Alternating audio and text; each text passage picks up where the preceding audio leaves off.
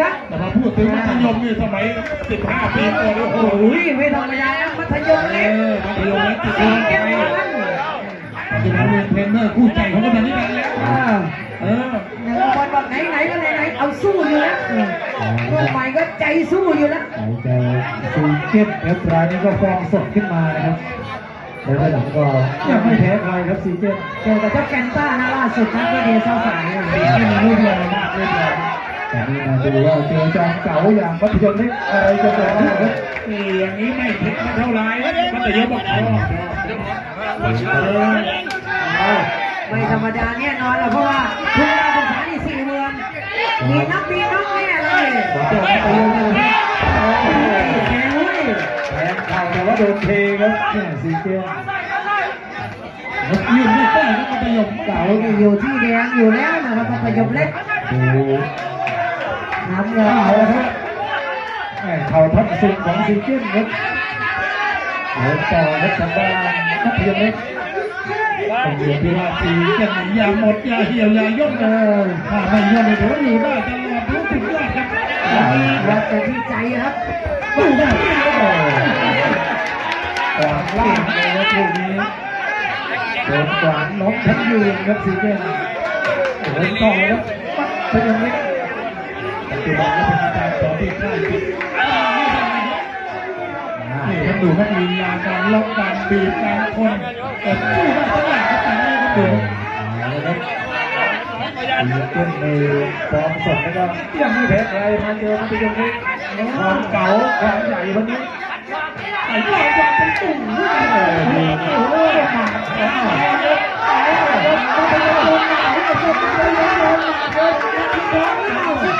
เอาเลยครับคนทีเดิมสีบาดวงครับอ้าวมัธยมเล็ก มัธยมเล็กเยี่ยมแล้วก็ถูกใจนะ เอาละเชื่อใจนะครับเราเชื่อใจแล้วตอนนี้เจเล็กต้องลุกเลยครับเจเล็ก เป็นการที่ก็หัวใจใหญ่กว่าตักเลย ไม่ นะ รู้จะเชียร์ใครดีนะครับลูกนี้ สนุกเลยน้องจอยคุณนะเปลี่ยนเข้าไปต่อครับซีเจนซ้ายยาวๆมาครับมัธยมเล็ก เชื่อว่ามีดีทั้งคู่แน่นอนทั้งมัธยม เตะขวาไปขวาครับมายัดซ้ายยัดแข้งซ้ายครับ ก่อนครับด้วยปูแดงกับเจมมี่คู่สำคัญเอ้า ลูกนี้ครับท่านพอคิดครับอ้าวแล้วก็ คู่สี่หมื่น ยกสอง มัธยมเล็กสีเก็บ เดินต่อครับอาจจะซิงเกิลเองเดียวถอยหลังต้องเอาไว้ออสเตรเลียครับติดเกียร์หน้ามาเป็นไทย ต้องดูอย่างเดียวแล้วครับ นะครับเปลี่ยนเข้าไปต่อครับโยกหาจังหวะลงล่างก่อนครับซีเจนด้วยต่อมัธยมสองตัวเข้าไปมัธยมโอ้ซีเจน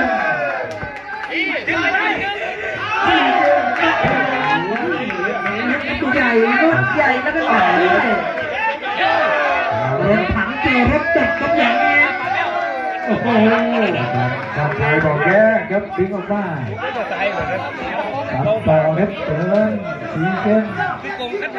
เป็นต่อยนักรุกบัญชาการรบอยู่ที่มุมน้ำเงิน โอ้โห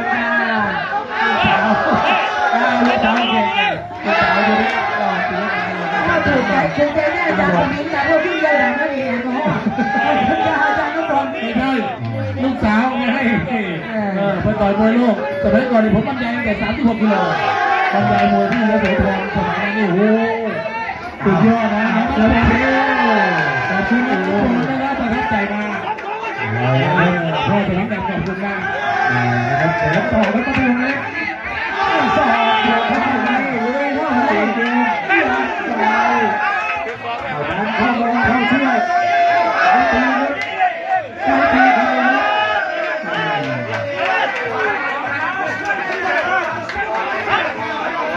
ับทางสับต่อครับซีเกมมีเกมที่ถอยอยู่แล้วเดินเบียดต่อครับเดินทำดีนี่ต้องทำได้ครับ ถามเลยครับสี่หมื่นนะคุณการศึกษาพี่ แข้งซ้าย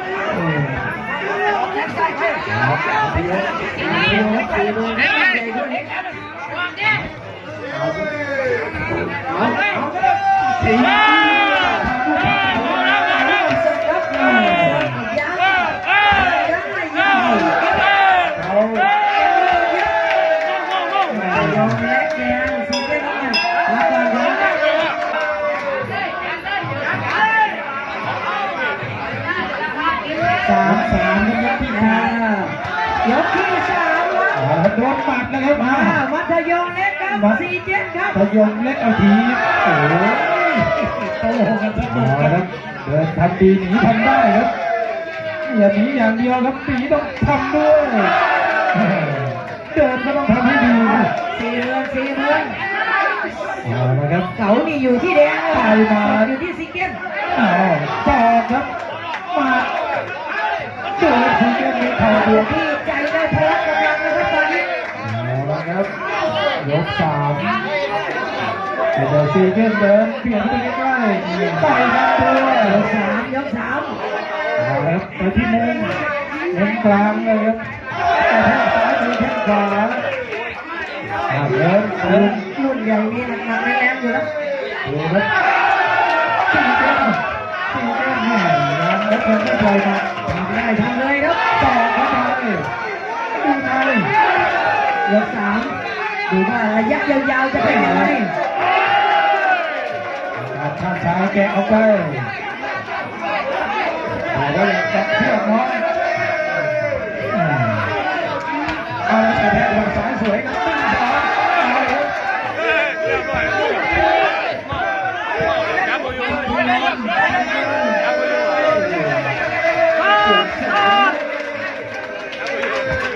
4 เมืองนะคนนี้ดูการศึกษาไม่ธรรมดานะ ดีแล้วการสอนที่เขาพิจารณา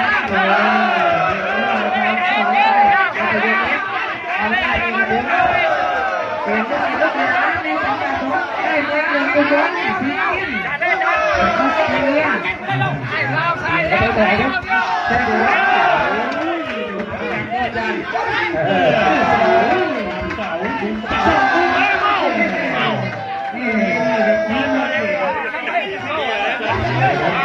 ดีดูไปดูมาหน้าตาท้ายที่มันไม่ทำทางที่เหมือนไทยหน้าตาเหมือนไทยไทยไม่ได้มัธยมเต่าทีต่อแล้วคุณแดนนี่ไปต่อแล้วขอบคุณ ใจหัวหนึ่งใจวัดด้วยดูจังหวะสุดยอดขอบคุณครับใจหัวหนึ่งใจวัดพิษมหาชนอ้าว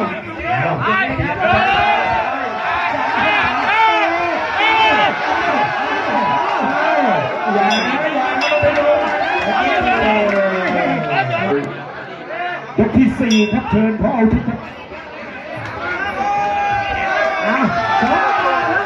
ยกที่4ครับสามมาคาราเซียไทยกับแพ้ไทย มั กับ ธย แพ้ มเดินเลยตอนนี้มัธยมออกมาเดินต่อ อุ้ยแรกเดือดเลยครับพี่น้องสี่เกมชิงเดินก่อนครับ มัธยมเล็กแกสีกันน้ำเงินไทยจะเหลือเยอะกว่ากัน ตัวผู้นี้ของมัธยมเล็กยกสำคัญยกเงินยกทองมาถึง ไทยจะเหลือเยอะกว่ากัน อะไรครับสี่เกมไทย1-2เขาตัดสดครับไทยกับเทศ มัธยมก็ตั้งรับกันกดลงไปอยู่ที่มุมกลางที่เดิม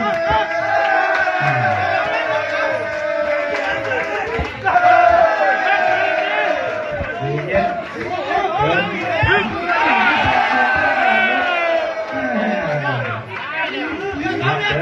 ต่อ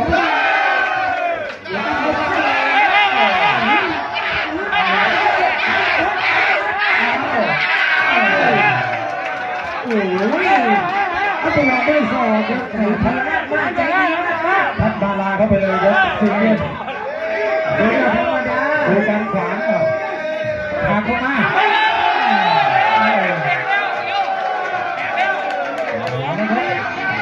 ให้ชัดๆให้ชัดเจนครับมัธยมเล็กครับสีเกียนครับ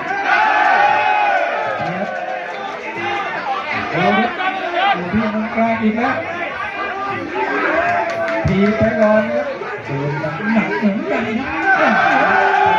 แข้งซ้ายจะหนักเหมือนกันเปลี่ยนกันไปใหม่ครับทีเดียวแข้งซ้ายต่อยมาโอ้ยกสี่เป็นอย่างนี้ครับเอาละครับต่อยขวาโอ้ได้คนละช็อตครับคู่นี้เอาทิศ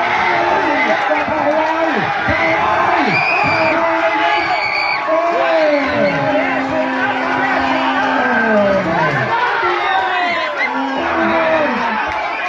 หายกขยับกันโอ้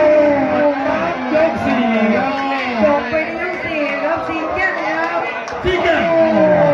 ที่เก่ง โอ้เดี๋ยวเราเชื่นชมนะอาจารย์มัธยมเล็กนี่ ก็คือภาพสวยๆครับคู่นี้ เขาแต่สุดยอดเลย โอ้20,000 ถึง 40,000ครับแม่โอ้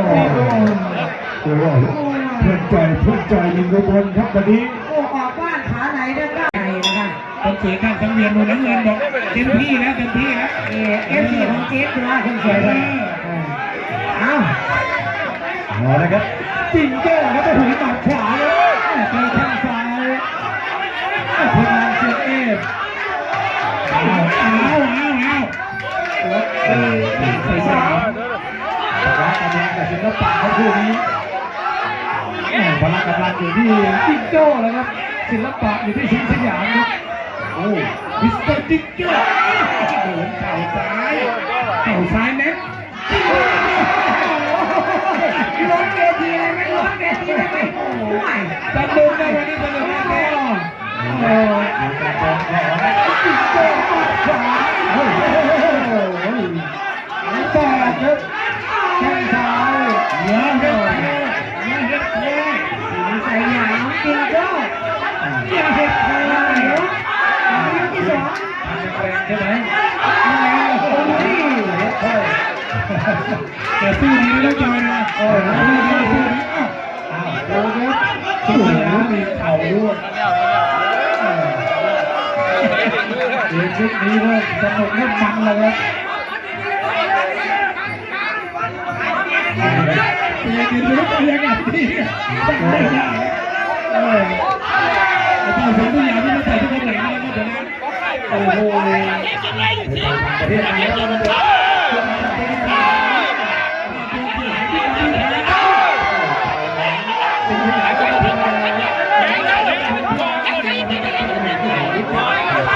แต่ที่สี่ครั้ง ไม่ธรรมดานะคู่นี้อุ้ยเป็นคู่มีเทพลิกด้วยนี่ครับพลิกเทครับได้เรียงมาจากยุทธใจกุลครับ ไม่เปลี่ยนมาจากหนึ่งมาแล้วที่ขยับ เรียงครับทางด้านติ๊กโจ้ครับ เดี๋ยวหันกับไม่ตัวอยู่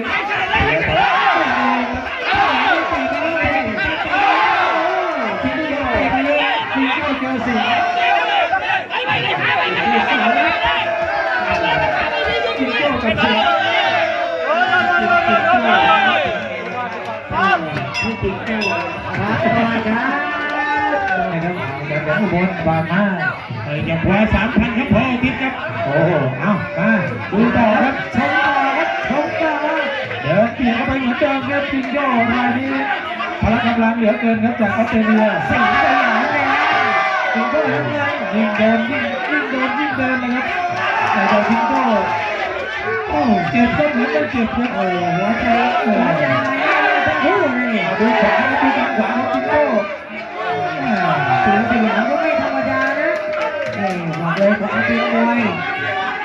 นะครับเดินต่อครับจิงโจ้ ผ่านเสือไปเยอะครับสิงห์สยาม เดี๋ยวถอยหลังเอาไว้บ้างครับนี่ทางด้านจิงโจ้ครับเดินกระโดดต่อครับ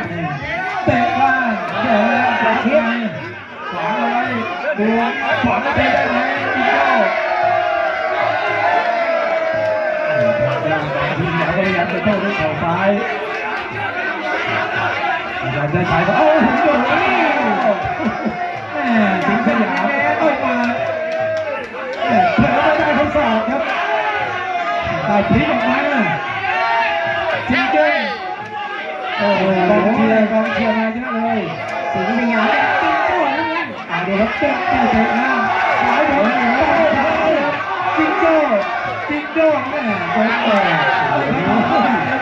ทีหลังบอลหนักก็ไม่ค่อยดีครับไม่ค่อยดีเข้าไปเลย ตอนนั้นลำพาด้าดีโอ้จ้องเลย น้องเลยจ้องพี่ไม่ได้ อย่ามาขยมกับซีเรียสเดี๋ยวเดี๋ยวทุกคน ครับเดินไปครับขยับ สิงห์สยามเดินจิงโจ้ ซ้ายซ้ายของจิงโจ้ซ้ายทีโอ้โหโอ้โหนั่นต่อได้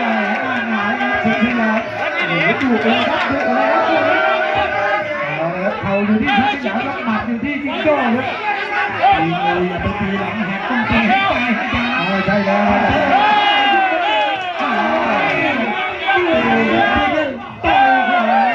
โอ้อาจารย์สุริยาจ้องแล้วแบบนี้มาไปจับพลัง3 คู่ก็ออสเตรเลียเดินต่อครับต่อยก็ล่างชาต่อย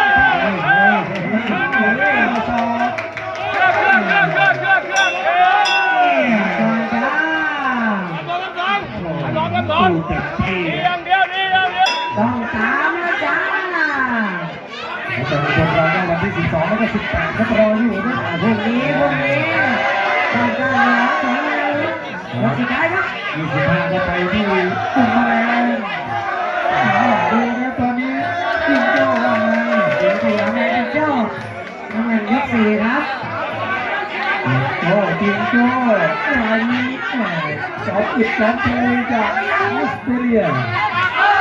ต่อยขวาเลยเป็นสยามอย่ายุบอย่าช็อตมาแล้วกันยุบช็อตมาได้เรื่องนี้สิงห์สยามเพราะจิงโจ้แพ้ไม่หมดอยู่แพ้กันเถอะขยับต่อยขวาครับนั่นน่ะ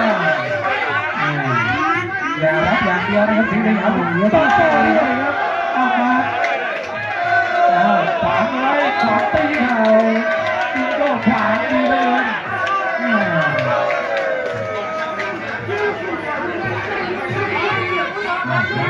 เดินต่อครับทีมงานก็ต่อยดีบอล ไม่มีคำว่าถอยนะ เอาครับต่อคืนต่อคืนต่อโอ้ยครับจิงโจ้อยู่ที่มุมนั่นแหละครับไม่ยอมไปไหนสิงห์สยามอยู่ที่มุมเดิมครับเป็นมุมต้องจะเทได้คร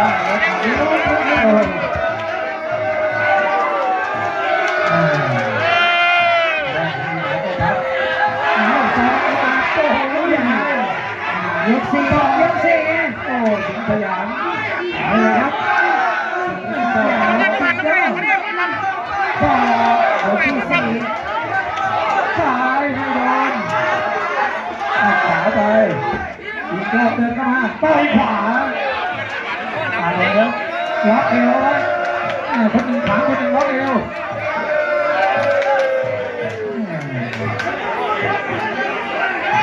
เอาแล้วมองเพชรฆาตครับไม่ยอมผ่าตายตัวต่อยหน้าเทเอาลูกไม้โอ้